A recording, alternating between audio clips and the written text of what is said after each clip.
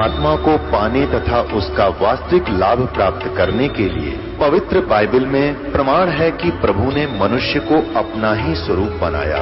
6 दिन में सृष्टि रचकर 7वें दिन विश्राम किया।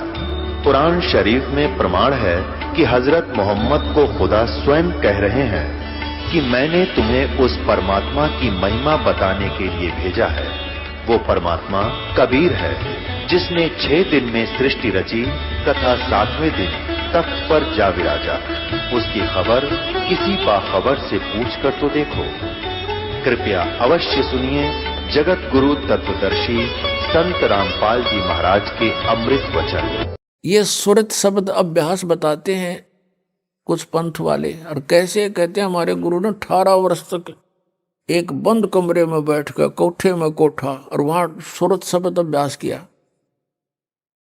इन्होंने मेरा सुरतर शब्द होता क्या है, और ये अभ्यास के क्या किया उसने बताया। डले डोए हठ योग किया। हठ योग नोट सुरत शब्द अभ्यास हठ योग नहीं होता, वो तो साधना जैसे हम कोई मंत्र जाप करें, आपको नाम दिया है, वो नाम तो शब्द है और उसके ऊपर ध्यान लगा के रखना, जोड़ के रखना, उससे 1 सेकंड भी दूर ना करना, ये सुरत शब्द अभ्यास है। यानी उसके नाम के ऊपर सुरती को जोड़े रखना। अगर परमात्मा कहते हैं कबीर जी कि जीव्या तो मुख में फिरे और माला फिरे कर्मा ही, मनवा तो 34 फिरे ये तो सिमरण नाही। आप उधर से आप समण कर रहे हो और मन सैर सपट्टे कर रहा है, ये समण नहीं है। आप क्या बोल रहे हो, किस मंत्र का उच्चारण कर रहे हो, चाहे मन कर रहे हो चाहे श्वास से कर रहे हो, श्वास से भी जो जाप कर रहे हो उसके ऊपर आपका ये सुरत रहे। तुम बोल कौन सा मंत्र कर रहे हो, कौन सा छोड़ रहे हो, कौन सा ले रहे हो, और इसको अभ्यास करना, इसकी प्रैक्टिस करना नॉन एज सुरत शब्द प्रैक्टिस, सुरत शब्द अभ्यास। ये कान बंद करके आंख बंद करके ये सुरत शब्द नहीं, ये तो बिला धुन सुनेंगे, फिर तो सुन ले चाहे ना सुन ले, तो बात जे रही अंदर जो कुछ हो तो हो ही रहा है। अब ये पिछले संस्कारों से आपके अंदर धुन आधी बज रही है पिछले, और वही परमात्मा की ट्राई कर रहे हैं पुण्यात्माएं जो पिछले संस्कारी, बाकी तो बात भी ना करते, घुटी लाओ मौज कर अपना जैसा भी उनको धंधा करते रहते हैं। तो आपके अंदर पहले से ही विद्यमान है वो, जो कुछ भी आपको ये अनजान गुरु सुनवाया करते थे, धुन सुन ले धुन सुन ले।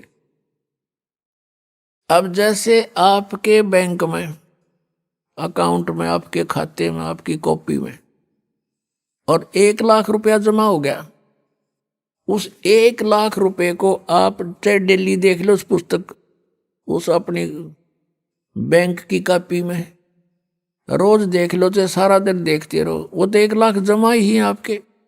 और आगे आप कोई व्यवसाय नहीं करोगे, नौकरी मजदूरी नहीं करोगे, तो वो 1 लाख में तो घटेंगे, बढ़े को नहीं। तो यू दिस इज मेडिटेशन।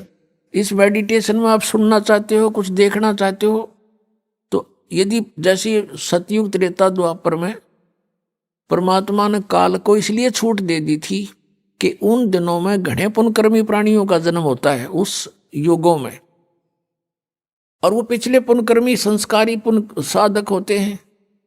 प्रत्येक, चाहे कोई गरीब है चाहे अमीर है, चाहे कोई किसी वर्ण में जन्मा होता है, वो सभी भक्ति किया करते हैं उन युगों में, और उनका ध्यान लगता है, मेडिटेशन लग जाता है 1 सेकंड में। और व्हाट इज मेडिटेशन? मेडिटेशन है क्या उनका? जैसे हमारे शरीर में कमल बने हुए हैं, हमारी रीढ़ की हड्डी जो बैकबोन है, इसके अंदर की साइड में कमल बने हुए हैं, यानी कमल चक्कर बने हुए हैं। जैसे एक टेलीविजन के अंदर चैनल होते हैं, और जो भी चैनल ऑन कर दिया जाता है तो उस चैनल में जो कार्यक्रम दिखाई देता वो कहीं और स्थान पर विद्यमान है, और वहां से रिले होकर के वो सिर्फ दिखा रहा है कि ये चैनल में वहां ये कार्य हो रहा है। तो ऐसे ही हमारे शरीर के अंदर चैनल है, मूल कमल, फिर उससे 2 अंगुल ऊपर स्वाद चक्र, फिर नाभि चक्र, जिसको नाभि कमल भी कहते हैं, और फिर हृदय चक्र हृदय कमल, और फिर कंठ का चक्कर कंठ कमल, और फिर त्रिकुटी का कमल, और फिर सहस्रार कमल। तो इस प्रकार हमारे शरीरों में चैनल बने हुए हैं, कमल है। और जो साधक होते हैं पुरकर्मी प्राणी, वही परमात्मा की खोज में कोई प्रयत्न करते हैं। तो पहले युगों में प्रत्येक व्यक्ति की समाधि हो लग जाती थी, मेडिटेशन हो जाता था। जो ट्राई करना चाहता था, अंदर क्या होता है, उसका कोई कमल पिछले पुनों से, पिछले संस्कार से खुल जाता है अभ्यास से। तो वो उस चैनल में क्या होता है कि जैसे फिल्म शुरू हो जाती है, फिल्म एक मूवी शुरू हो जाएगी, उस चैनल पर जहां से प्रोग्राम आ रहा है वो सारा दिखाई देना शुरू हो जाता है। कोई नाच रहा है, कोई गा रहा है, कहीं राजा की सवारी आ रही है, जैसे फिल्म चलती है। कहीं झरने बह रहे हैं, कहीं फलदार वृक्ष नजर आ रहे हैं, कहीं फूलों की बहुत लंबे चौड़े बाड़ी है, बगीची है। तो वो सारा कुछ देखता रहता, कहीं गाने हो रहे हैं, कहीं अप्सराएं नाच रही हैं। तो मेडिटेशन करने वाले जो साधक होते थे, तो वो यो मन वैसे ना टेकने दे उनको, 10 मिनट भी ना बैठने दे। ये तो कई घंटे बैठे रहा करते, कई वर्षों तक बैठ जाते थे। अब अंदर यू बाहर की वस्तुओं से इस मन को अधिक अट्रैक्टिव चीजें अंदर दिखाई देनी शुरू कर देती है। इसलिए ये फिर वहां धक्के खाता रहता, उस देखता रहता उस चैनल पर मूवी को। ना ये सिमरण करता, सिर्फ बैठ के हठ योग हो गया, इस तप बन गया। तप से राज प्राप्ति होती है, तप से राज मदमानम, और जन्म तीसरे फिर शुक्र सवानम। ये 2.5 घंटे बैठकर, 2.5 घंटे सुबह बैठकर ये के ढूंढेंगे भगवान को, ये सिर्फ मूर्ख बनाने वाली बातें हैं। नीम हकीमों का ये तरीका है। तो ऐसे ये ऋषि लोग सतयुग त्रेता द्वापर में ऐसे साधना किया करते, सभी करते थे। जैसे आपने महाभारत पढ़ा हो तो गीता युद्ध के बाद श्री कृष्ण भी अपना ध्यान करता है, सिमरण करता है, अर्जुन भी बैठ जाता है, ध्यान करते हैं, सिमरण करते हैं। लेकिन सिमरण उस टाइम तो उनका युद्ध का वो था, कल क्या करना है, बेशक वो बैठ जाते थे, लेकिन वो जो समस्या थी उनकी वही उन्हीं पर उनके विचार विमर्श आंतरिक होते थे। भाव ये है कहने का कि उनके पिछले इतिहास से हमें पता लगता है कि प्रत्येक प्राणी भक्ति करने की चेष्टा करता ही रहा है, और उस समय उनकी समाधियां भी लग जाती थी, जिस कारण से वो अपने क्रिया को अंतिम और सही मानते रहे। गीता जी अध्याय नंबर 4 के श्लोक नंबर 25 से लेकर 30 तक स्पष्ट किया है कि अर्जुन कोई देवताओं की पूजा करता है, कोई मेडिटेशन करता है, ध्यान लगाता है, कोई स्वाध्याय करता है, और कोई तीक्ष्ण अहिंसावादी व्रत रखता है, और कोई प्राणायाम करता है, कोई केवल योग आसन ही करता है, और सभी अपनी अपनी साधनाओं को पाप नाशक जानते हैं। फिर गीता जी अध्याय नंबर 4 के श्लोक 32 में कहा कि अर्जुन, ऐसी धार्मिक अनुष्ठानों की जानकारी विस्तार के साथ सच्चिदानंद घन ब्रह्म की वाणी में ब्रह्मणे मुखे, उसमें कही गई है सही विस्तार के साथ। परमेश्वर ने स्वयं आकर अपने मुख कमल से बोली है, वो साधना है सही, और वो है तत्व ज्ञान। चौथे अध्याय के 34वें श्लोक में कहा कि फिर वो उस तत्व ज्ञान को तू तत्वदर्शी संतों के पास जाकर समझ, उनको दंडवत प्रणाम करने से, कपट छोड़ करके उनसे प्रार्थना करने से वो तत्वदर्शी संत तुझे परमात्म तत्व का ज्ञान कराएंगे, उनसे पूछो। तो इससे एक तो ये सिद्ध हो गया कि Gita is not complete knowledge. Shrimad Bhagavad Gita में कंप्लीट स्पिरिचुअल नॉलेज नहीं है, इनकम्प्लीट है, लेकिन गलत नहीं कह सकते। हाँ, गलत वो है जैसे इस काल ने कुछ युद्ध कराने के लिए अर्जुन से अटकलबाजी की है। अभी आपको बता के 5वें अध्याय में वो कहता है कि ऐसे आसन लगा ले, ऐसे बैठ जा, नाक के आगे ध्यान लगा। ये इसका अपना मत है, स्वयं कहता है ये मेरा मत है और बाकी वेद ज्ञान है। अब जैसे इसने युद्ध कराने के लिए अर्जुन से कहा दूसरे अध्याय के 37 और 38 श्लोक में कि अर्जुन तू लाभ हानि को छोड़ के और किसी जय पराजय की भी चिंता ना करके तू युद्ध कर ले। अब पहली तो बात समझ की है कि बिना बगैर लाभ हानि के कौन सिर फुड़वावे। और फिर तुरंत कहता है कि यदि तू युद्ध में जीत गया तो पूरी पृथ्वी का शासन प्राप्त होगा, राज भोगेगा। और यदि तू युद्ध में मारा गया तो स्वर्ग में जाएगा, तेरे दोनों हाथों में लड्डू हैं, युद्ध कर ले। बता इसका कोई थ्योरी है? पहले मैं तो कह रहा है कि लाभ और हानि छोड़ कर युद्ध कर ले, हार जीत की भी चिंता ना करे। और तुरंत लाभ हानि बता रहा है कि यदि मारा गया तो स्वर्ग में जाएगा और जीत गया तो पृथ्वी का शासन भोगेगा। बता आप पे लाभ हानि बता रहा है, फिर क्या लाभ हानि मत सोचे। तो ये इसकी अटकलबाजी जो इस तरह की बकवाद इस काल ने युद्ध कराने के लिए की है कि किसी तरह यो नाश हो, वो करवा दिया इसने। फिर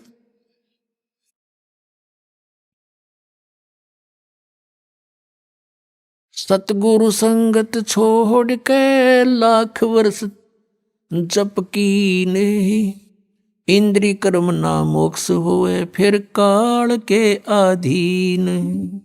एक लड़की थी राबिया नाम की, मुसलमान धर्म में जन्म था और बहुत अच्छी पुण्यकर्मी प्राणी थे, पिछले संस्कार अच्छे थे। परमात्मा कहते हैं जो जन मेरी शरण है ताका हूं मैं दासे, गेल गेल ला गया फिरूं जब तक धरती आकाशी। पुण्यात्मा आप कोई आम आत्मा नहीं हो, आप कभी ना कभी परमेश्वर कबीर जी के चरणों में रहे हो। इस जैसे आज से 600 वर्ष पहले सन 1398 से सन 1518 तक परमात्मा 120 वर्ष तक यहाँ पृथ्वी पर रहे, एज ए सतगुरु रूप में रहे। और स्वयं परमात्मा भी थे, यहीं से इस पूरे ब्रह्मांडों का रिमोट उनके हाथ में था। तो उस समय उस परमात्मा के 64 लाख शिष्य हुए थे।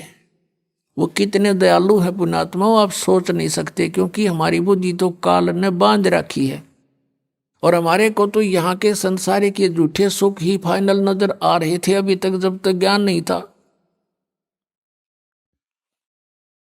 अब वो दयालु 600 वर्ष पहले आया, इसलिए आया कि इन आत्माओं को एक बार रिचार्ज कर जाऊं, फिर इनको मनुष्य जन्म मिलते रहेंगे जब तक पिछली पीढ़ी आएगी। ये कलयुग के प्रारंभ की बातें हैं। सन 1398 संवत 1455 ये ज्येष्ठ सुदी पूर्णमासी को परमात्मा सतलोक से चलकर आए, अपने निज स्थान से, उस ध्युलोक से, तेजो में स्थान सतलोक से। और एक कमल के फूल पर बनारस के अंदर काशी शहर के बाहर वन में एक कमल के फूल पर लहरतारा सरोवर में खिले कमल के फूल पर आकर प्रकट हुए। वो प्रथम चरण था कलयुग का। अब ये बिचली पीढ़ी, ये मध्य का समय है कलयुग का, और कलयुग का लास्ट जो होगा उसके विषय में बताया कि उसमें सब कृत गढ़ी प्राणी हो जाएंगे, कोई भी धर्म कर्म को नहीं मानेगा, शराबी कबाबी मांसाहारी, एज बहुत कम हो जाएगी, 20 वर्ष की उम्र मनुष्य की रह जाएगी एंड ऑफ द कलयुग में, लास्ट में, कलयुग के लास्ट में। और उसमें 5 खंड होंगी, जैसे 15 वर्ष की उम्र में सभी मर लिया करेंगे, युवा भी हो लेंगे, ब्याह भी करवा लेंगे, बच्चे भी उत्पन्न हो लेंगे और मर भी लेंगे। और उसमें 5 वर्ष की लड़की विवाह होते ही 5 वर्ष की लड़की के बच्चे उत्पन्न होने लग जाएंगे कलयुग के लास्ट में, और बिल खोद के प्राणी रहा करेंगे। तो वो तो है एंड ऑफ द कलयुग। और अब है ये मध्य, और प्रथम पीढ़ी परमात्मा की जब मालिक आए थे वो थी, और अब है बीचली पीढ़ी। तो इस बीचली पीढ़ी तक आपको लाने के लिए कि इनमें आस्था भगवान की बनी रहे, चाहे ये कोई पत्थर पूजे हैं, चाहे ये किसी कृष्ण जी ने पूजे हैं, चाहे ये कोई और अपना बाबा श्याम जी के धोख में प्रसन्न है, लेकिन वो थे पूर्व के संस्कार। और हम सोच रहे थे कि इन देवताओं की पूजा से हमें सुख हो रहा है, क्योंकि हमें ज्ञान नहीं था। जैसे ये दास भगवान श्री कृष्ण का विशेष पुजारी था, भगवान विष्णु समझो, कृष्ण श्री राम, भगवान शंकर हनुमान जी का पुजारी, यानी जैसे सारी कौड़ी भर रहे थे, पहले साधली साधना कराया करते थे। बाबा श्याम जी हमारा कुल देवता, और वो भी पूजा, तो ये थे तब पिछले संस्कारी बताएं कुल की हमारी। तो उसमें जैसे हम स्कूल में पास होते थे शिक्षा में, तो अपने सोचा करते भगवान कृष्ण ने दया करती, फिर बाबा श्याम जी याद आ गया, बाबा श्याम जी ने दया कर दी, बजरंग बली की मेर जय हो, उसने मैं पास करा दिया। फिर विवाह हुआ, नौकरी प्राप्त हुई, संतान हुई, तो इन्होंने सोचा करते इन भगवान ठाठ कर दिए, और इनकी पूजा करते थे। आस्था थी, और ज़्यादा आस्था बढ़ती चली गई, क्योंकि सुख होने लगे। ये हो रहे थे पूर्व के संस्कार, प्रारब्ध ही फल रहा था हमारा, और हम सोच रहे थे इनने मौज कर रखी है। तो ऐसे ही पहले ये सब होता रहा। तो परमात्मा 600 वर्ष पहले आए थे, और वो कहीं भी जा करके खड़े हो जाते थे, जैसे कोई मदारी तमाशा कराया करे, और खड़े हो जाते थे चौराहे पर या गली के बीच में गांव में, और वहाँ गाने लग जाते थे, अपना ये शब्द सुनाया करते थे। मानुष जन्म दुर्लभ है, ये मिले न बारंबार, तरवर से पत्ता टूट गिरे, बोर न लगता डार। परमात्मा ने ऊंची ऊंची आवाज में कहीं खड़े होकर बोलने लग जाते, आसपास के लोग इकट्ठे हो जाते, काफी झुंड बन जाता, और मालिक की आवाज तो लाउड स्पीकर से भी तेज थी, जहां जो बैठा उसको वही सुन रहा है, और आराम से बोल रहे हैं। और लीला थी उस मालिक की, परमात्मा के आगे क्या है स्पीकर, लाउड स्पीकर है। तो ऐसे सैकड़ों की संख्या में भक्त वहां जमा हो जाते, फिर प्रार्थना करते, हे भगत जी आजाद और डट जाओ हमारे गांव में। अच्छा भाई डट जाऊंगा, वो तो गए इस उद्देश्य से थे। फिर अगले दिन फिर परमात्मा शाम ने भी सुनाते, दिन में वो अपना धंधा करे थे, शाम ने फिर कराएंगे भैया जी हो। ऐसे लाखों लोग हो गए थे भगवान के, उस एक दिन में सैकड़ों जगह प्रकट हो जाते हैं भगवान। जैसे आज तो ये टीवी हो गए, एक व्यक्ति बोलता करोड़ों टीवियों में जाकर वो सारा अपना ज्ञान दे सकता है, उस समय ये भी नहीं थे। और ये होते तो कबीर साहब ने बोलन कौन देता, जैसे इस दास के साथ हो रही। अब जिस पर भी हमारा ज्ञान चलता है, ये नकली संत जब बंद करवा देते, बंद करो, ये तो झूठ बोला है, निंदा करता है। तो परमात्मा ने दूसरा तरीका अपना लिया, उस टाइम चलने की जरूरत ना पड़ी। तो ऐसे, और फिर उनको सुख हुआ, नाम लेते ही केवल प्रथम मंत्र देते थे भगवान उस समय, और बीच के ओनली ये 5 नाम जो आपको प्रथम मंत्र में दिए जाते, ये थे वो 5 नाम जो राधा स्वामी वाले गाटा जोड़ रहे हैं। 5 नाम, वो पांच भी नाम वो भी कोई ना काल के 5 होते हैं। और इनसे लाभ होगा आपको यहाँ का भी, और यहाँ से हम चलेंगे, जैसे हमारे शरीर में चैनल बने हुए हैं, इनमें ये प्रधान बैठे हैं, इनके मालिक हैं ये, इनका अकाउंट क्लियर करके हम आगे जा सकते हैं त्रिकुटी पर। तो उस समय हमें ज्ञान आधार नहीं रहा, सुख गणे दिए परमात्मा ने, क्योंकि ये सुख सागर है प्रभु। इसकी शरण में आते ही किसी को प्रेतवादा थी, कोई देव क्रोष्ठ था, या कोई शारीरिक कष्ट था, कोई सांसारिक बाधाएं थी, कोई कर्म ठीक नहीं हो रहे थे कार्य, वो सब ठीक होते चले गए। और ऐसे करिश्मे करे परमात्मा ने। उनके घरों में गरीब व्यक्ति थे, और धरते शाम ने 10 रुपये धर के सोते, तड़के 100 पाते उनके घर पे।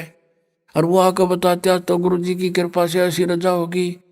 कोई नो कहना तुम रख के भूल गए हो गया, आप पे थर भूल लाग रही है, नो कदे हो आकर। तो वो जिसके बीता वो जाने, 100 रुपये कड़ब धर के भूलना समय था उस समय। तो अब भी ऐसी लीलाएं हो रही है। एक भक्त बता रहा था जी, मैं 1-1.5 वर्ष से कोशिश कर रहा था पुस्तक पढ़ के कि चालू नाम लूं, पर पैसे का अभाव था। तो वो कह रहा था कि ऐसे करते करते मैं घना दुखी हो गया, भगवान परमात्मा का इतना अमृत ज्ञान और मैं पहुंच नहीं पा रहा, रोने लग गया। एक दिन कहता 100-200 रुपये बैंक में पड़े थे, वो निकलवाने गया था, 6,000 रुपये बैंक में पाए। 6,000 रुपये मेरे अकाउंट में जमा हुए पाए। लेकर छक्कर हो ये परमात्मा, या दया भी बख्श दी। अगले दिन ट्रेन पकड़ दी, बहुत दूर रहने वाला था बच्चा। तो ऐसी ऐसी लीलातियां लाखों करेगा परमात्मा आपके लिए, लेकिन आप किसी और को बताओगे उन्होंने कहा झूठ बोल रहे हैं, क्योंकि उनके साथ कभी ऐसा हुआ नहीं। हुआ क्यों नहीं? क्योंकि उनके साथ उनको पावर का कनेक्शन मिला नहीं। मैनुअली जो कार्य होता है, पावर का काम उससे अलग होता है। तो यह पावर का कार्य है, परमात्मा का कार्य है, ये जनसाधारण नहीं मान सकता इन बातों को। तो इस प्रकार परमात्मा ने वो 64 लाख शिष्य हो गए, सबको ये मंत्र दे दिया। फिर हम, क्योंकि ज्ञान हमें था नहीं, कोई भी बैकाले था, हिंदू और मुसलमान दोनों को उपदेश दिया करते भगवान, और कहा करते भाई हिंदू मुस्लिम दो नहीं भाई, दो कहे सो नरक में जाई, एक पिता की संतान हो तुम, ये काल ने तुम्हारे को यहाँ आपस में दुश्मन बना दिया, भिन्न भिन्न बना के। बुद्धिमान लोग थे, मानते भी थे, लेकिन भक्ति करने से जो उनको सुख हुआ नाम से, तो भले ही वो किसी मजहब में रह रहे थे, लेकिन भक्ति मालिक वाली करते रहे अंदर से। लेकिन कुछ समय के बाद क्या होता है इस प्राणी के साथ कि इसको सुख घना हो जाता है, क्योंकि वो मालिक सुखदाई है, ये दयालु परमात्मा है। इसकी जरा सी मेहर से इतना सुख हो जाता है, जीव बौंदल जाता है, विचलित हो जाता है। फिर कुछ दिनों के बाद क्या हुआ, धीरे धीरे परमात्मा से दूर हो गए। कोई कह दे नहीं भाई भगवान तो भगवान है, ये कबीर भगवान नहीं है, ये अल्लाह नहीं है, ये तो झूठ बोलता है। ठीक है तुम्हें सुख हो गया होगा, छोटा मोटा सिद्ध कोई सिद्ध पिद्ध होगा यू ऐसे। तो इस तरह उन्होंने, हमें ज्ञान ना होने से अपने मजहब के लोगों ने परमात्मा से हमें पुनः दूर कर दिया, लेकिन उस मालिक का उद्देश्य था वो पूरा हुआ। अब हम यहाँ जो भटक रहे हैं, हम परमात्मा को ना पहचान कर भटक रहे हैं। नहीं तो इतना आसान है मोक्ष, इससे आसान वस्तु है कोई नहीं, और इससे आसान कोई काम नहीं। जैसे खाना बनाती है बहनें, बेटियां, माताएं, और कितना जुगाड़ जोड़ती हैं, अब गिनती भी ना हो, इतने आइटम इकट्ठे करने पड़ते हैं। परात है, कितना फिर तवा, चूल्हा, लकड़ी, तेल है, और फिर कटोरा, फिर चम्मच, फिर नमक, मिर्च, नरी आइटम इकट्ठी करके, और फिर आटा बनाना, फिर सब्जी काटना, छौंक लाना है। और इसी गर्मी हो चाहे सर्दी, उसमें वो चाहे वर्षा हो। अब तो कुछ एक यार गैस के चूल्हे चाले हो गए, नहीं पहले तो लकड़ियां जलाया करते थे, और अब भी जलाते हैं। 90% लोग लकड़ियों से ही अब खाना बनाते। तो गिल्ली हो जाए वर्षा के दिनों में, वो जल के देना, फू फू आँख लाल हो जाए, और फिर भी बना के छोड़ दें हम। और परमात्मा के भजन में जीव भी ना लानी, अरे यू ना होता हमारे थे, देखे खोटे लाग रहे, जीवा भी नहीं हलानी, बिना जीव के सिमरण दे दिया मालिक ने। सांस तो आवेगा तुम्हें, लेट के ले लो, बैठ के ले लो, चलते लो, वो सिमरण करो। और ये प्रथम मंत्र है, इसका जाप भी मानसिक करो, मौखिक नहीं करना। तो मौखिक तो जैसे अलग बैठे हो अकेले कर लो, नहीं मानसिक करो इसको।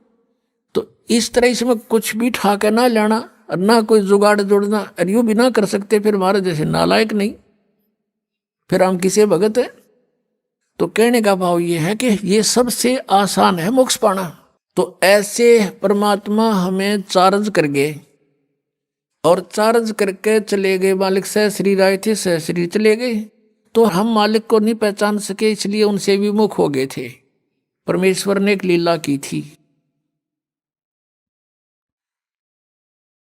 अब परमात्मा के बहुत से शिष्य हो गए, और सत्संग किया करते थे, वहां पर भक्त आते थे, बेटियां बहनें भी आती थी। तो जब हमें सुख हो जाता है तो हम अपने परमात्मा में भी दोष निकालना शुरू कर देते। ये मन की आदत है, मन चाहता है इसे दूर करूं किसी प्रकार परमात्मा से। एक वैश्या थी गणिका, उस बेटी ने, बहन ने रात्रि के समय सत्संग सुन लिया। कोई दया हुई परमात्मा की, वह झांकी में बैठ गई अपने मकान में, रात का समय था, कहीं दूरी पर सत्संग हो रहा था, और रात्रि का जो साइलेंट पीरियड होता है, बिल्कुल शांत मौसम होता है, वातावरण, दूर तो का आवाज जाती है, और परमात्मा तो चाहे उसको सुना दे अगर दूर बैठे। तो उस बेटी ने सारी रात सत्संग सुना कि मनुष्य जन्म परमात्मा पाने के लिए प्राप्त हुआ है, और इसकी भक्ति ना करके असंग जन्म कुत्ते बने, असंग जन्म गधे बने। वो सारी डिटेल मालिक ने सत्संग में सुनाई। तो उस बेटी के एकदम प्रेरणा होगी। पुण्यात्मा, सत्संग एक ऐसी वस्तु है, ये ऐसा तत्व है कि आत्मा को जोड़ के धर देता है, चाहे कसाई भी क्यों ना हो। तो उस बहन की नींद हराम होगी, तेने तो जुल्म कर दिया, तेरे तो कोड लगेगा, बुरा हाल होगा, और शुभ काम कोई बना नहीं है भगवान। अब क्या बने। सारी रात बेचैनी में इधर उधर घूमती रही। जब सत्संग के बोलिया तो अगले दिन वो फिर मालिक ने दया करी, वहीं आसपास किसी दिन 1-2 दिन के बाद वहीं सत्संग उसके हो गया आसपास। अब वो लड़की वहां पहुंची, परमात्मा से कहा कि हे गुरुवर, क्या मेरे जैसी पापन का भी उद्धार हो सकता है। परमेश्वर ने पूछा, क्या बात बेटी, या तो कोई भी मुझे निरपराध व्यक्ति नजर नहीं आता, सभी कोई ना कोई अवगुण करते ही रहते हैं, और सत्संग में उसी का समाधान होता है। उस लड़के ने कहा, परमात्मा मैं तो बहुत निकम्मी औरत हूँ, ऐसे ऐसे मैं गणका हूँ, वैसा हूँ, क्या मेरे जैसी दुष्टा का भी उद्धार हो सकता है। परमात्मा ने कहा, बेटा अब कितना ही मैला कपड़ा है, उसका साफ करने का तरीका साबुन और जल है। सत्संग यही काम करता है।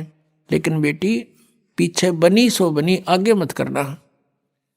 कान पकड़ लिया उस बेटी ने कि आज के बाद परमात्मा कुछ भी नहीं करूंगी, मैं अपना मांग का भोजन खा लूंगी। फिर परमात्मा ने कहा, बेटा जो भी तेरा ठीक है संस्कार था, लेकिन इस संस्कार को चेंज कर देंगे हम, भक्ति करना। अब उस लड़के ने उपदेश ले लिया। अब पुण्यात्मा जिसका लागा सोतन जाने, उसने तेन सोचा तू मरगी कति 92 होगी तेरी, और उम्र भी 45 के आसपास हो चुकी है। और पुण्यात्माओं को ये काल जगह जगह अच्छी बुरी तरह फंसाता है। तो उसके लगन लगी, पिछला संस्कार प्रबल था बेटी का, जहां भी सत्संग हो लड़की वहीं पहुंच जा, और निकट जा बैठे मालिक के मुंह की तरफ देखे, और सत्संग सुने, गहराई से विचार करे। अब क्या होता है कि वहां संगत में जैसे कोई और बाहर के व्यक्ति कहने लगे रहे, तो तुम्हारे गुरुजी के पास तो वैश्या भी जान लगी, सुप्रसिद्ध वैश्या थी वहां उसकी, काशी शहर की। तो कुछ एक ने तो अपनी बहन बेटियों को, अपने जैसे पुत्रों को जाना बंद करवा दिया, और कुछ एक जो वहां जाते थे वो उस लड़की को धमकाने लग गए, तो मत आया कर यहाँ पर, तेने गुरुजी की बेइज्जती करा दी है, सारे शहर में चर्चा हो रही है। अब वो रुके क्योंकि उसको तो मुश्किल तरह पाया बेचारी ने, और वहां से दूर होगी तो उसने हिसाब ला लिया कि तेरा तो नाश हो गया, नरक में भी ठिकाना नहीं है। तो अगले दिन परमात्मा के सामने रोने लगी, प्रभु आपकी बेटी है तो पापन, प्रदाता अपना आश्वासन दिया है कि पापी भी पार हो जाते हैं, इस आस में मैं आपके चरणों में लग रही हूं, और मुझे यहाँ आने के लिए मना किया जा रहा है। परमात्मा ने कहा, क्या बात सारी बता, कि ऐसे ऐसे कुछ भक्त कहते हैं, कुछ माई कहती हैं कि तू नीच है, यहाँ मत आया कर, गुरुजी की बेइज्जती करा दी। तब परमात्मा ने कहा, बेटा तू खूब आया करे, और तुझे मना कर उसको मुझे बताना है। फिर परमात्मा ने सत्संग के माध्यम से उनको आगाह किया, भाई कुष्टी होवे संत बंदगी कीजिए, हो वैश्या के विश्वास चरण चित दीजियो। यदि कोई भगत के कोड भी लाग रहा हो, चाहे कैंसर हो रही हो, लाड़ पड़ती हो, और वो भक्ति कर रहा है, नाम ले रखा है, उससे नफरत नहीं करनी चाहिए, उसको भी सत्साय बुलावे, प्यार से बोले। ये तो किसी का भी हो सके, यह बीमारी तो आपका भी हो सके जब बकवाद करोगे तो। लेकिन अब वो भक्ति कर रहा है तो भक्त हो गया वो, और इससे उसको राहत भी मिलेगी।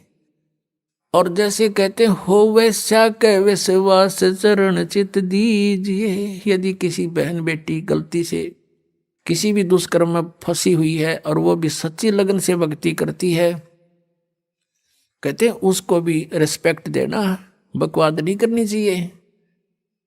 तो इस तरह के बहुत से प्रमाण दिए कि इंसान अपने अवगुणों को नहीं देखता, दूसरों में दोष निकालता है। और ये खास बात होती है कि चोर को चोर दिखाई देते हैं और दुष्कर्मी को सभी दुष्कर्मी दिखाई देते हैं। एक चोर आकर के एक नेक व्यक्ति के घर पर रुक गया, राह चलता अतिथि बनकर। अब उस नेक व्यक्ति ने उसको एक नेक अतिथि जाना, क्योंकि वो स्वयं नेक था।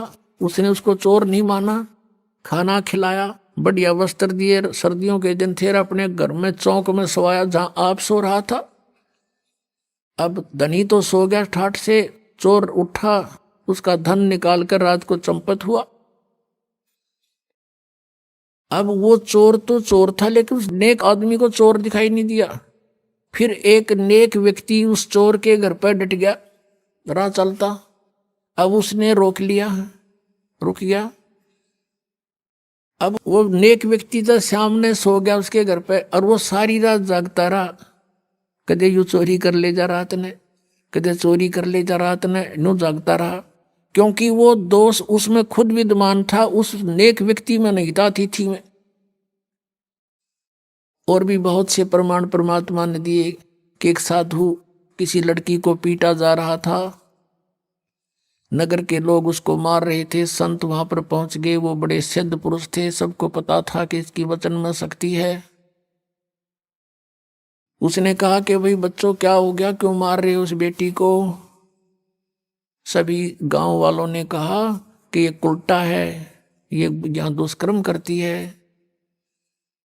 तो संत ने कहा कि एक काम करो, रुक जाओ, ऐसे नहीं, इसको सजा हम बताएंगे, ऐसे देना। सब पत्थर उठाओ एक एक, और एक एक पत्थर इसको मारेंगे, इसको तरफा तरफा के मारेंगे। सब उठा लो, सब ने एक एक पत्थर उठा लिया। और संत ने कहा भी इसका पत्थर वो मारा जिसमें कभी कोई अपराध ना किया हो, जिसके मन में ये दोष ना हो, वो करे इस काम ने, नहीं तो यहीं भस्म हो जाओगे। एक के हाथ में पत्थर ना रहा और छोड़ कर दूर जा खड़े हुए।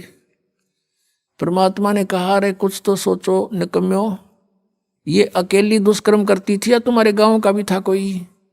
नीचे मुंह कर लिया, उसको क्यों नहीं पीट रहे तुम? तो कहने का भाव ये पुण्यात्माओं, हम जब भगत बनाएंगे, परमात्मा के मार्ग में चलेंगे, तो इस तरह की सांसारिक बाधाओं से भी हमने निपटना होगा और प्यार के साथ, इस ज्ञान के साथ हमने आगे बढ़ना है। अब वह लड़की आने लगी, लेकिन इतना ज्ञान सुनकर भी बुद्धि भ्रष्ट व्यक्ति उसी तरह व्यवहार करते रहे उस बेटी से।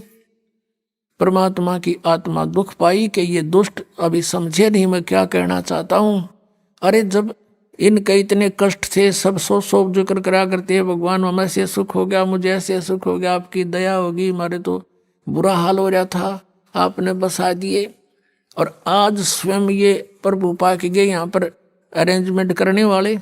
तो परमात्मा ने क्या किया, वह लड़की को बहुत तंग करने लगे। तो परमेश्वर क्या करने लगे, उस लड़की के घर पे जाने लगे।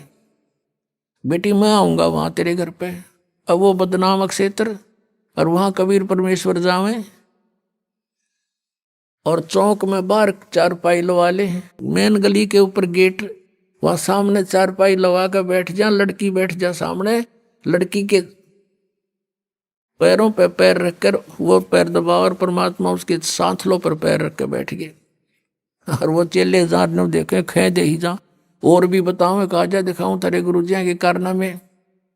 अब कहने का भाव यह है कि परमात्मा ने सोची या सुर अच्छी ना होती, लाइन का एक कब परीक्षा कर लो, किसी एक भक्त रह रहेंगे। उनको समझ चुके थे कुछ हद तक आदरणीय रविदास साहिब जी, और वो ज्यादातर कबीर साहब के साथ ही रहते थे।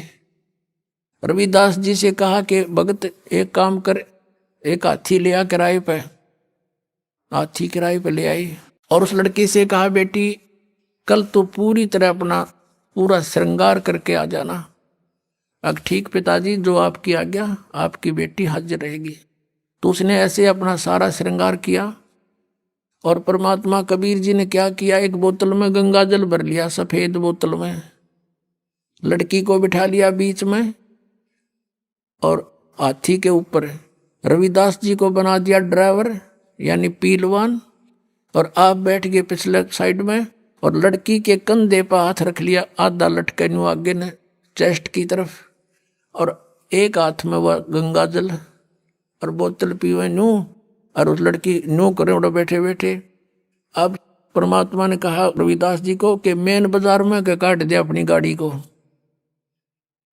अब मेन बाजार में के काट दिया परमात्मा ने वो हाथी, और जो देखा हो अरे कौन है यो भाई, सरेआम वैश्यावृत्ति शुरू करती कि कबीर है जो लाया धानक कबीर, भगवान बतावे थे, उनके चेल्यान लाओ बुला बुला के कि आजा तेरे गुरु जी के कारनामे दिखाते हैं। वो जो सा देखा न्यू कहे ना, मैं तो वहीं आ गया, जाया करता कदे कदे, मैं ना जाता था वहां पर, मुझे तो फलाना लेके गया था एक दिन।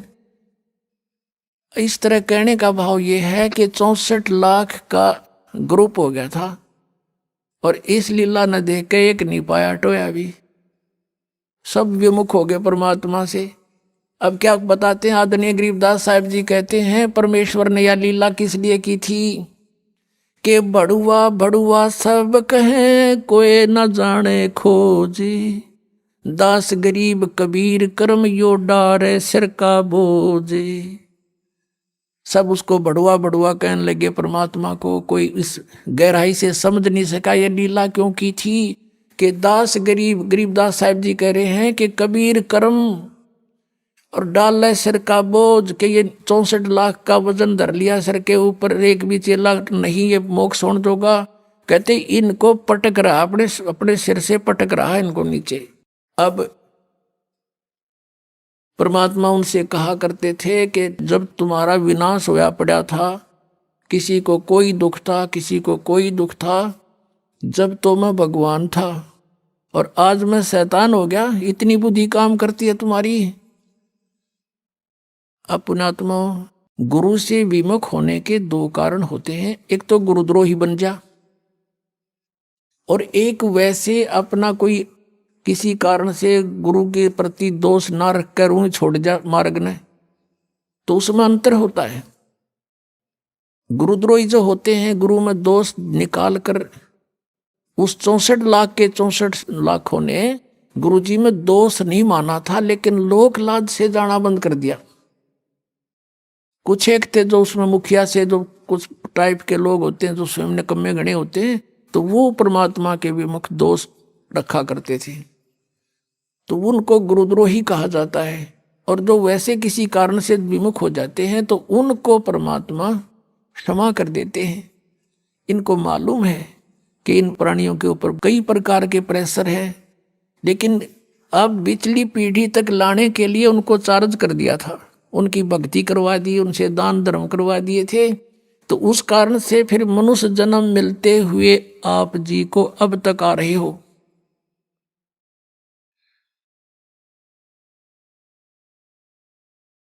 और मनुष्य जीवन से जो आता है प्राणी, और अब भी उसको मनुष्य जीवन प्राप्त है, उसके कर्म भी बहुत अच्छे होते हैं, उसका स्वभाव भी अच्छा होता है, और परमात्मा के बिना वो रह नहीं सकता। तो वो स्थिति आप जी की है।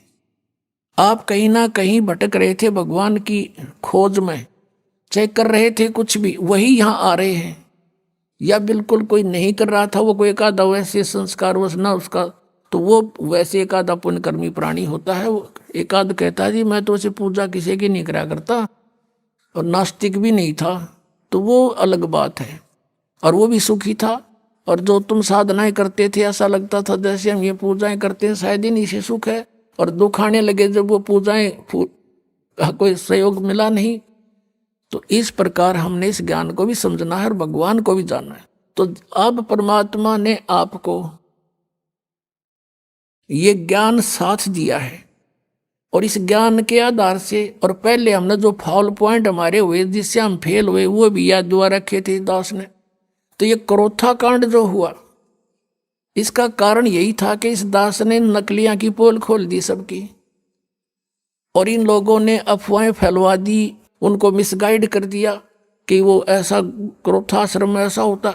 समाचार पत्रों में भी ऐसी भूंडी बदनामी कर दी, लेकिन मेरा एक भी बच्चा हमसे दूर नहीं हुआ, क्योंकि वो दास को बहुत गहराई से समझ चुका था। तो इसलिए आज वो जो पहले फेल हुए थे तो आज पास हो गए। किस कारण से पास हुए?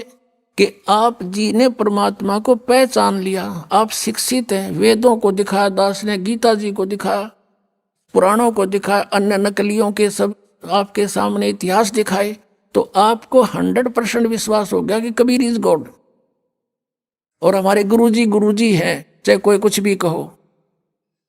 तो इस प्रकार से वो जो पहले हम फाउल हुए थे, ईब ना हुए, तो अब हम पार हो जाएंगे। हमने भगवान को पहचान लिया, कबीर परमात्मा को परमात्मा मान लिया, और ऐसे बिना हम आगे चल नहीं सकते थे। ऐसी बेहुदी अफवाहें फैलाई गई थी समाचार पत्रों के माध्यम से, मीडिया के चैनलों के माध्यम से। यदि अब नया भक्त कोई आया हो और उनको देख ले तो आज भी नफरत हो सकती है उसको, लेकिन मेरे साथ जितने भी लाखों की संख्या में थे, एक भी वापस नहीं हुआ, क्योंकि ये बहुत अच्छी तरह समझ चुके थे। दास ने इनको तोते की तरह पढ़ा रखा था, या बैठा बैठा के, जैसे ही बाप के साथ प्रयत्न हो रहा है। अब जो प्रसंग चल रहा है, जो जन मेरी शरण है ताका हूं मैं दासी, गेल गेल लाग्या फिरूं जब तक धरती आकाशी, जो बच्चा गौ की नजर में यूं साई को संत, भक्तों के पीछे फिरे यू भक्त वत्सल भगवंत। ये कबीर, हमारे परम पूज्य कबीर परमेश्वर, ये भक्त वत्सल भगवान है। अब उन्हीं आत्माओं में से एक आत्मा मुसलमान घर में जन्म हुआ, उसका राबिया नाम था उसका, राबी। अब परमात्मा किसे दयालु है, जैसे आपने आपको बहुत बार वेदों के प्रकरण दिखाए हैं। ऋग्वेद मंडल नंबर 9 सूक्त नंबर 86 के मंत्र 26-27 में, ऋग्वेद मंडल नंबर 9 सूक्त 82 के मंत्र 1, 2, 3 में, ऋग्वेद मंडल नंबर 9 सूक्त 96 के मंत्र 16 से 20 में, ऋग्वेद मंडल नंबर 9 सूक्त 1 मंत्र 8 और 9 में, ऋग्वेद मंडल नंबर 9 सूक्त 20 मंत्र 1 में, और भी अनेकों स्थानों पर। अब आप समय आने पर मालिक की दया होगी, इन वेदों का एक अच्छी तरह से जो अनुवाद किया जाएगा। तो वेदों में भी लीला लिखी है, भगवान ऐसी लीला करता है। वो परम अक्षर ब्रह्म पूर्ण परमात्मा है, वो ऊपर रहता सतलोक में, सचखंड में, और वहां से गति करके आता सशरीर, और वो 3 प्रकार के शरीरों से सभी का धारण पोषण करता, सबकी संभाल करता है। एक रूप तो परमात्मा का सतलोक के अंदर स्थिर है, जिसमें करोड़ सूर्य करोड़ चंद्रमा मिला दे एक रोमकूप की इतनी रोशनी है, मनुष्य दृश्य है। और दूसरी टाइप का जो शरीर मालिक धारण करते हैं, नवजात शिशु का रूप धारण करके प्रकट होते हैं किसी तालाब के ऊपर जल पर, इसलिए उसको नारायण बोलते हैं। और वहाँ वो निर्धारित कार्य होता है परमात्मा का, किसी संस्कारी हंस वहाँ से कोई उठा ले जाते हैं, और वो फिर उस परमात्मा की परवरिश की लीला एक कंवारी गायों से होती है। वो दूध कंवारी गायों का दूध पीते हैं और नहीं पीते हैं, और वो परमात्मा वहाँ से चलकर आते हैं। वो कबीर देव है, कबीर साहब है वो, और अच्छी आत्मा को मिलते हैं, उनको ज्ञान देते हैं। तो इसी आधार से परमात्मा स्वयं भी कहते हैं, गोता मारूं स्वर्ग में जा बैठूं पाताले, कहे कबीर ढूंढता फिरूं अपने हीरे मोती लाले। ये खुद भगवान भी कहते हैं। और जिनको परमात्मा मिले वो भी यही बताते हैं, जैसे आदरणीय नानक साहिब जी को मिले बेई नदी पर सचखंड से सतलोक से सतपुरुष आए कबीर देव जी, और उनको बेई नदी से अंतर ध्यान करके सचखंड में लेकर गए, फिर वापस छोड़ा सतलोक से। उन्होंने आते ही नौकरी त्याग दी, एक नवाब के यहाँ नौकरी करते थे, और फिर परमात्मा की खोज में बनारस पहुँचे, और जहाँ देखा था ऊपर भी सतलोक में परमात्मा एक जिंदा महात्मा के रूप में आकर नानक साहिब जी को ऊपर लेकर गए थे। अब उसी रूप में परमात्मा सतलोक के अंदर विराजमान, उसी शकल में और उसी रूप में जुल्हे का काम कर रहे बनारस में, काशी में।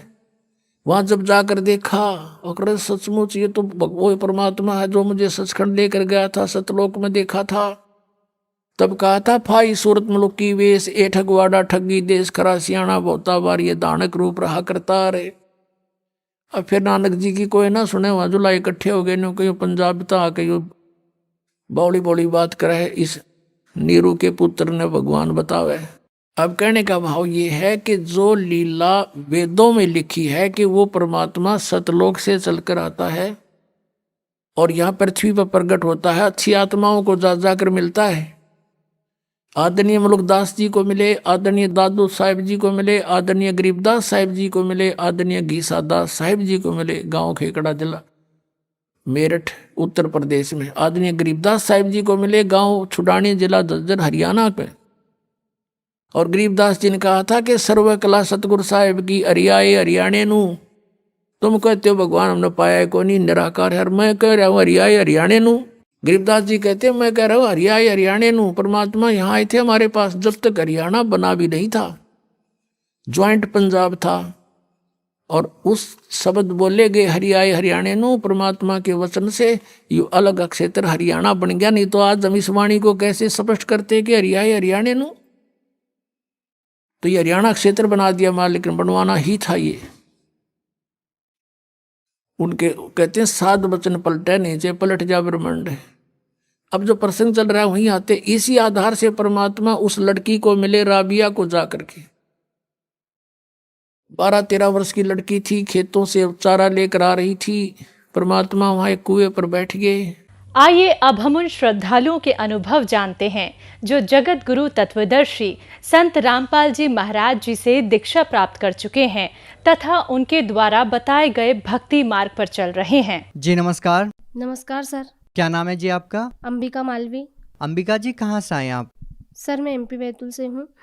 जी क्या करते हैं आप? सर मैं गवर्नमेंट स्कूल में टीचर हूँ हरदा जिले में।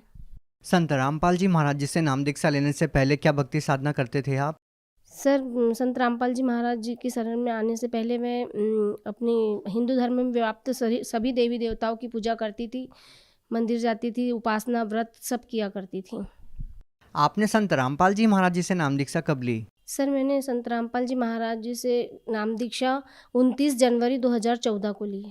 जब आप ये सभी प्रकार की पूजा कर ही रहे थे तो फिर आप संत रामपाल जी महाराज जी की शरण में क्यों गए?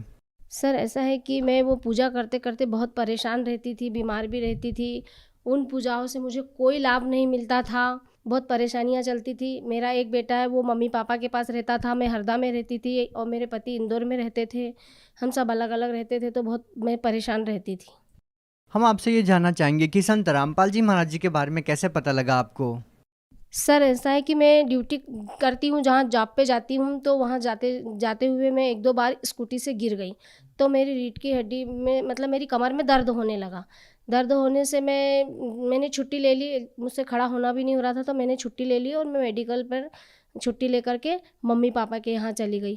वहाँ गई तो वहीं के डॉक्टरों को दिखाया तो उन्होंने उनकी दवाइयों से मुझे कोई आराम मिला नहीं। फिर मैंने हड्डी वाले डॉक्टर को नागपुर में दिखाया। वहाँ दिखाया तो उन्होंने मुझे मेरा MRI किया और MRI रिपोर्ट में मुझे L4 में और L5 में उन्होंने गैप बता दिया। उन्होंने कहा कि इसका इलाज ऑपरेशन है, नहीं तो आप कभी स्कूटी भी नहीं चला पाओगे और आपको बेड रेस्ट काफ़ी करना पड़ेगा, खड़े रहने में सभी चीज़ों में आपको बहुत परेशानी होएगी, फिर आपको सारी ज़िंदगी झुक करके चलना पड़ेगा। फिर मैं घर आ गई। फिर घर आई तो मैं बहुत परेशान थी कि अब ऑपरेशन का बोला है डॉक्टर ने तो क्या करना है। मम्मी पापा सबसे चर्चा करी। उसी वक्त ऐसा हुआ कि मेरी मौसी का बेटा बरवाला गया हुआ था संत रामपाल जी महाराज के शरण में नाम दीक्षा लेने के लिए। वहाँ से आया तो वो हमारे घर आया। फिर उस वक्त उसने मुझसे पूछा कि दीदी आप कैसे आए, तो मैंने उसको सारी कंडीशन बताई कि ऐसी ऐसी मेरे साथ समस्याएं हो गई, इसलिए मैं घर आई हूँ छुट्टी पर। उसने कहा कि दीदी आप ऑपरेशन मत कराइए, एक बार आप ये संत रामपाल जी महाराज के ज्ञान को सुनिए। मैं वहाँ से उनकी किताबें लाया हूँ और सीडीज़ लाया हूँ, ये सीडी आप देखिए, उनके ज्ञान को समझिए, एक बार आप मेरी बात मानो, आप एक बार इनको समझो, फिर आपको जैसा उचित लगे करना। फिर उसने मुझे सीडी दी, मैंने सीडी चलाया तो उसमें सबसे पहले संत रामपाल जी महाराज सृष्टि रचना सुना रहे थे। तो सृष्टि रचना सुन कर के एकदम मैं तो शॉर्ट रह गई, मेरे पाँव के नीचे से ज़मीन फिसल गई कि ऐसा ज्ञान कि सारा विश्व भूला पड़ा है, मतलब सच्ची भगवान की पहचान किसी को नहीं है, ये ज्ञान तो हमने आज तक नहीं सुना। क्योंकि मैं बहुत पूजा पाठ करती थी और मैं बहुत ग्रंथ भी पढ़ती थी, मैं रामायण, सावन के महीने में रामायण पढ़ती थी, और जब कृष्ण जन्माष्टमी आती थी उस दिन मैं पूरा दिन गीता पढ़ती थी, मगर ऐसा ज्ञान मैंने नहीं सुना था। तो मुझे बहुत अजीब सा लगा। फिर उसी वक्त मैंने बिल्कुल मन में सोच लिया कि ये जो गुरुजी बता रहे हैं, जो संत रामपाल जी महाराज सृष्टि रचना में जो इन्होंने बताया है, बिल्कुल सही बताया है। क्योंकि मैं बहुत पूजा करती थी, इतनी करती थी कि लोग मुझे बोलने लगे थे कि ये तो बस हफ्ते में 1 आध दिन खाना खाती है, नहीं तो ये पूजा ही पूजा करती है। मैं बहुत भजन भी गाती थी सर। फिर मुझे उनकी सृष्टि रचना सुनने के बाद पूर्ण ज्ञान हुआ कि पूर्ण संत क्या है, सही भक्ति क्या है। फिर मैंने संत रामपाल जी महाराज की शरण में जाने का निर्णय लिया। अंबिका जी, आपने बताया कि पहले जब आप पूजाएं करते थे, आपने गीता जी को अध्ययन किया, आपने बहुत सारी पूजाएं की, व्रत उपवास किए। तो जब आपको संत रामपाल जी महाराज जी ने अपना ज्ञान बताया और गीता जी खोल कर दिखाई, तो क्या आपको इन बातों का पहले पता नहीं लगा? क्या किसी साधु संत ने या किसी कथावाचक ने आपको ये बातें पहले कभी नहीं बताई? नहीं सर, नहीं बताई। क्योंकि गुरु के बिना अगर हम ग्रंथ भी पढ़ते हैं तो हमको उनका ज्ञान नहीं समझ में आता है। क्योंकि गुरु सांकेतिक शब्दों के अर्थ को विस्तार में बताता है। वही संत रामपाल जी महाराज ने सारे ग्रंथों का निचोड़ बताया है, और उसको बताने के बाद में मेरे समझ में आया कि पूर्ण संत रामपाल जी महाराज हैं। और उसके बाद मुझे पता चला कि इनकी शरण में जाने से ही सभी प्रकार के लाभ मिलेंगे और पूर्ण मोक्ष होगा, और पूर्ण भक्ति इन्हीं के पास है। विश्व में और किसी संत के पास पूर्ण भक्ति नहीं है। अंबिका जी, आपने बड़े दावे के साथ ये बात कही है कि संत रामपाल जी महाराज के अलावा कोई भी पूर्ण गुरु नहीं है। जब आपने संत रामपाल जी महाराज से नाम दीक्षा ली, तो उनके द्वारा दी गई भक्ति साधना को करने के बाद, उनसे नाम दीक्षा लेने के बाद, क्या आपको कोई लाभ मिला? सर, सबसे पहला तो मुझे आध्यात्मिक लाभ मिला, जिसके लिए मैं बहुत भटक रही थी। मुझे सच्चे भगवान मिले, जिसके लिए मैं बहुत तड़पती थी। क्योंकि मैं घंटों मंदिर में बैठ कर रोती थी, घंटों में भगवान की पूजा करती थी, क्योंकि मैं उनको सच्चा समझती थी, पर उनके मन में कभी कोई दया नहीं मेरे लिए। जब मैं पूर्ण परमात्मा संत रामपाल जी गुरु की शरण में गई, जाते से ही वहाँ मुझे ऐसा लगा कि नहीं, मैं असली भगवान के पास आ गई हूँ। संत रामपाल जी महाराज ने जब मुझे आशीर्वाद दिया, मेरे सिर पे जैसे ही हाथ रखा तो मुझे ऐसा लगा, एकदम मेरे शरीर में करंट सा लगा और मैं एकदम स्तंभ हो गई। फिर गुरुजी ने मेरे तरफ देखा, मुस्कुराया, मुझे प्रसाद भी दिया। उठा करके मैंने प्रसाद लिया और बस गुरुजी ने 2 बार मेरे सिर पे ऐसे हाथ रखा और मुझे एकदम से ऐसा लगा, एकदम मेरा शरीर ठंडा हो गया कि मेरी सारी बीमारी एकदम ख़त्म हो गई। मुझे ऐसा लगा सर। आपको आशीर्वाद देते ही एहसास होने लगा कि आपकी बीमारियां ठीक हो जाएगी? सर जी सर, बिल्कुल। उन्होंने जैसे मेरे सिर पर हाथ रखा तो मुझे एकदम मेरा शरीर ठंडा हो गया और अचानक से पहले मेरा सिर भी बहुत दुखता था। उन्होंने जैसे हाथ रखा कि एकदम से ऐसा लगा कि मेरे अंदर से कुछ निकल गया। क्योंकि डॉक्टरों को मैं दिखा चुकी थी। मेरे हाथ में ये मेरा रीढ़ की हड्डी के डॉक्टर के पास का रिपोर्ट है। L4 और L5 में मुझे गैप था।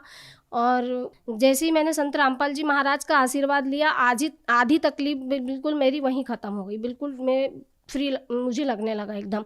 मेरी जो रीढ़ की हड्डी में दर्द था वो भी बिल्कुल ख़त्म सा लगने लगा मुझे। सर उसके बाद ऐसा हुआ कि मेरा पारिवारिक जीवन भी अच्छा हो गया।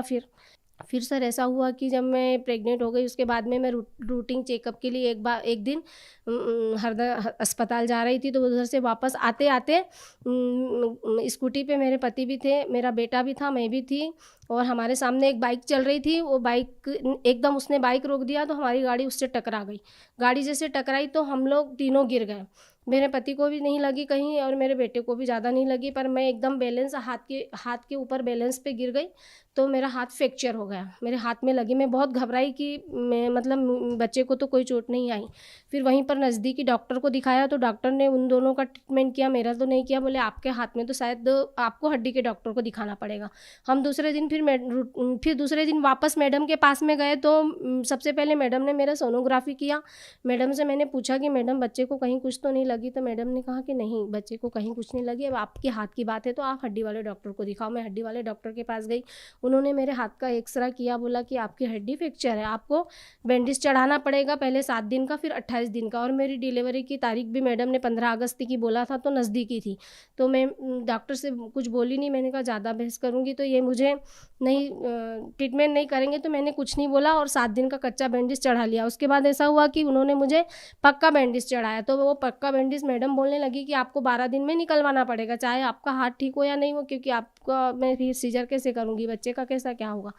तो मैं फिर डॉक्टर के पास गई, डॉक्टर ने बोला कि 12 दिन में तो आपकी हड्डी नहीं जुड़ सकती है, आपको अब मैं आपकी रिक्स पे आपका बैंडेज निकाल देता हूँ। मैंने कहा कि ठीक है डॉक्टर साहब। तब फिर मैं संत रामपाल जी महाराज के पास मैंने दंडवत प्रणाम किया और मैंने गुरुजी से रोते रोते प्रार्थना करी कि मालिक अब मैं नहीं जानती कि क्या होगा मेरे हाथ का, लेकिन मैं अब क्या करूँ, मेरे कुछ भी समझ में नहीं आ रहा है। फिर जब डॉक्टर ने मेरा बैंडेज काटा तो डॉक्टर ने हाथ मेरा सब दूर घुमाया, ऐसा बोले मोमेंट हो रहा है कि नहीं, हाथ में तो सब मेरा हाथ अच्छा हो रहा था। डॉक्टर बहुत आश्चर्य से बोलने लगा कि अरे तुम्हारा हाथ तो 12 दिन में जुड़ गया। तो मैंने उसी वक्त डॉक्टर से कहा कि डॉक्टर साहब ये मेरे संत रामपाल जी महाराज की मुझ पर दया है। फिर मैडम ने मुझे एडमिट कर लिया। उस टाइम तब भी ऐसा हुआ सर जी कि मेरी शुगर बहुत बढ़ गई। फिर मैडम मुझे बोलने लगी कि आप शुगर के डॉक्टर के पास जाओ इंदौर, आपकी शुगर तो ज़्यादा बढ़ गई और आपकी शुगर अगर बढ़ी रहेगी तो मैं फिर आपका सीजर नहीं कर पाऊँगी। फिर मैं बहुत टेंशन में आ गई। फिर मैंने बंदी छोड़ से कहा कि आपसे बड़ा डॉक्टर दुनिया में कोई नहीं और मैं कहीं जाऊँगी नहीं। आपने मुझसे कहा था कि कुछ नहीं होगा, मैंने दिया है तो मैं कहीं नहीं जाऊँगी, मालिक अब आपको जैसा लगे। तब फिर परमात्मा की मुझ पर ऐसी दया हुई, बंदी छोड़ सदगुरु रामपाल जी महाराज की, कि शाम को मैडम ने मेरा शुगर चेक किया तो वो भी बोलने लगी कि नहीं आपका शुगर तो नॉर्मल है, आपको कहीं नहीं जाना पड़ेगा, मैं आपका सीजर कर दूंगी। फिर 15 अगस्त का दिन आया, उस दिन मैडम ने मेरा सीजर किया। जब मैडम ने मुझे सुन कर दिया था तब मुझे सब पूरा एहसास था कि मेरा सीजर हो रहा है, पर अचानक मेरी आँख लग गई तो मुझे ऐसा सपना आया, ऐसा लगा कि मैं सत्संग समागम में बंदीछोड़ सदगुरु रामपाल जी महाराज के आश्रम में बरवाला पहुंची। वहाँ पे बंदीछोड़ सदगुरु रामपाल जी महाराज सबको आशीर्वाद दे रहे थे। आशीर्वाद की लाइन में मैं भी लगी थी, मैं सबसे आखिरी में थी। गुरुजी सबको आशीर्वाद देते देते आए। आखिरी में जब मेरे पास आए तो मेरे तरफ देख करके मुस्कुराए, मेरे सिर पे हाथ रखा और एकदम से मुझे चेतना आई। जैसे चेतना आई, मैडम ने मुझसे कहा कि आपका ऑपरेशन सक्सेसफुल रहा, आपको बेटा हुआ है। जी, आपने बताया कि संत रामपाल जी महाराज से नाम दीक्षा लेने के बाद आपको इतने सारे लाभ मिले, तो हम आपसे ये जानना चाहेंगे कि जो महिलाएं आपकी तरह परेशान हैं तो उन माताओं बहनों को आप क्या संदेश देना चाहते हैं? सर मैं उन्हें संदेश तो कुछ नहीं दे सकती, बस उनसे हाथ जोड़कर प्रार्थना कर सकती हूँ कि मैं बहुत दुखी थी, बहुत दुखी थी। आज मैं बंदीछोड़ सदगुरु रामपाल जी महाराज की शरण में आई हूँ, जब से मुझे सभी प्रकार के आर्थिक मानसिक सभी लाभ हो रहे हैं और आज मैं बहुत खुश हूँ। मुझे किसी प्रकार की कोई परेशानी नहीं और मुझे अपने आप को ऐसा लगता है कि मैं किसी सुरक्षा कवच में हूँ। अगर मुझे कोई परेशानी भी आती है तो मुझे ये लगता है कि मेरे बंदीछोड़ सदगुरु रामपाल जी महाराज मुझे कोई परेशानी नहीं आने देंगे। मैं अपने आप को बहुत सुरक्षित और बहुत वो करती हूँ सर, ऐसा लगता है कि मुझे मोक्ष का रास्ता मिल गया है। संत रामपाल जी महाराज से नाम दीक्षा कैसे ले सकते हैं? सर बहुत सारे टीवी चैनलों पे संत रामपाल जी महाराज के सत्संग आते हैं, उसके नीचे एक पीली पट्टी चलती है, उस पर आश्रम के नंबर दिए रहते हैं। आप उस पर फ़ोन लगा करके नामदान सेंटर का पता कर सकते हो। अगर आपको ज्ञान गंगा जीने की राह और कोई बुक मंगाना हो तो आप उस पर से फ़ोन लगा करके बुक भी मंगा सकते हो। यूट्यूब पे और फेसबुक पे लाइक करके आप उस पर भी संत रामपाल जी महाराज के सत्संग को सुन सकते हो और सत्संग को सुन करके समझ के ज्ञान सुनने के बाद में आप बिल्कुल संत रामपाल जी महाराज की शरण लो तो आपका सभी प्रकार से कल्याण होगा। जी बहुत बहुत धन्यवाद। सत साईं।